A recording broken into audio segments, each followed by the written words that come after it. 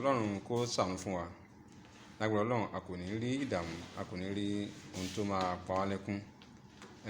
Arábìnrin tẹ́ ń wò yìí, Baliks Idowu Àdùkẹ́ lórúkọ ẹ̀, ṣùgbọ́n ó ní ìpèníjà àti gbọ́rọ̀ dáadáa.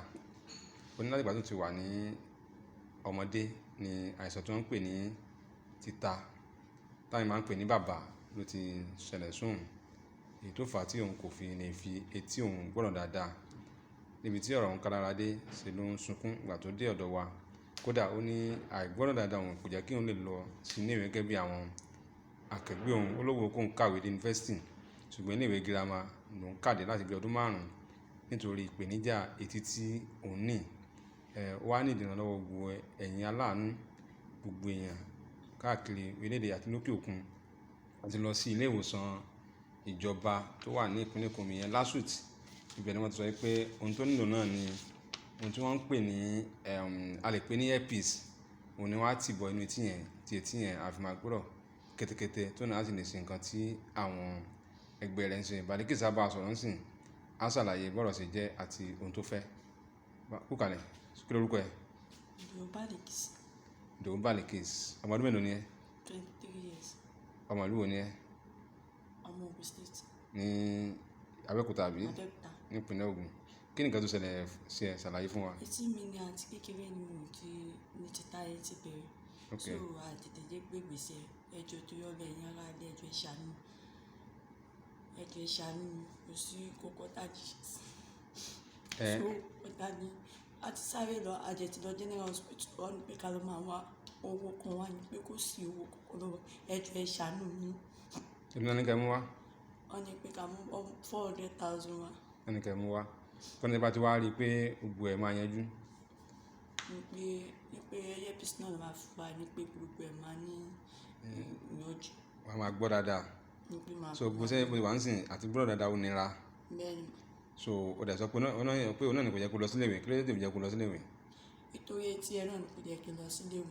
Kí ló dé? Kí ló fà á?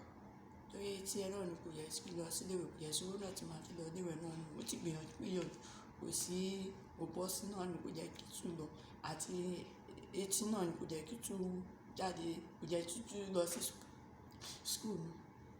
Ṣùgbọ́n tá bá bẹ̀rẹ̀ sí earpiece yẹn, etí yẹn á lọ.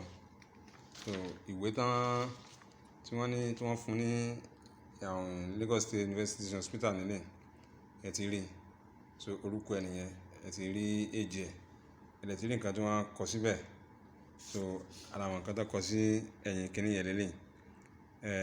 Kí ẹ bá wa ran Baliks Àdùkẹ́ Idowu lọ́wọ́, Ọlọ́run á ràn gbogbo wa náà lọ́wọ́.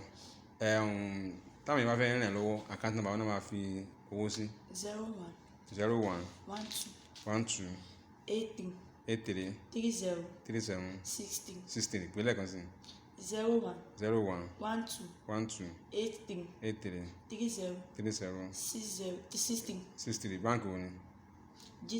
GTB Bank. Ǹjẹ́ o ní nọ́mbà táwọn èèyàn lè pè é sí bí àwọn tó bá fẹ́ ràn ẹ́ lọ́wọ́? O ní nọ́mbà? Fóònù ẹ ti bàjẹ́. O ní fóònù òun ti bàjẹ́. Ṣùgbọ́n tá a bá rí nọ́mbà mọ́mì ẹ̀, a lè pe mọ́mì ẹ̀ ká bá wọn náà sọ̀rọ̀, káwọn náà ṣàlàyé fún wa. Jẹ́ ká ran arábìnrin lọ́wọ́. A pe nọ́mbà mọ́mì ẹ̀ fún wa ń sìn. Ẹnikẹ́ni tí ìwọ bá kápá, nọ́mbà mọ́mì ẹ̀ tí ẹ máa tẹ̀lé pè sí tí a fi bá Baliks sọ̀rọ̀ ní 080 305 114 09. Ẹ bá pe nọ́mbà yẹn lẹ́ẹ̀kan sí. 080 305 11 409. Nọ́mbà mọ́mì Baliks Idowu Àdùkẹ́ nìyẹn. Bíbélì sọ pé ẹnikẹ́ni tí wọ́n bá nípa láti ṣèrànlọ́wọ́ fún, òun náà ni ẹnìkejì rẹ̀, ẹ jẹ́ ká tọ́jú rẹ̀. Mo nígbàgbọ́ pé ẹ̀yin abiyamọ tòótọ́, ẹ̀yin abiyamọ ẹlẹ́yinjú àánú, ẹ̀yin abiyamọ àbùjá gbọ̀rọ̀gbọ̀rọ̀, ibi tí ẹ bá wà, ẹ bá wa ran Baliks Àdùkẹ́ Idowu lọ́wọ́ kó lè bá fi etí rẹ̀ ríran. Lágbàá ti dé ọ̀dọ̀ wa ló ti ń sunkún.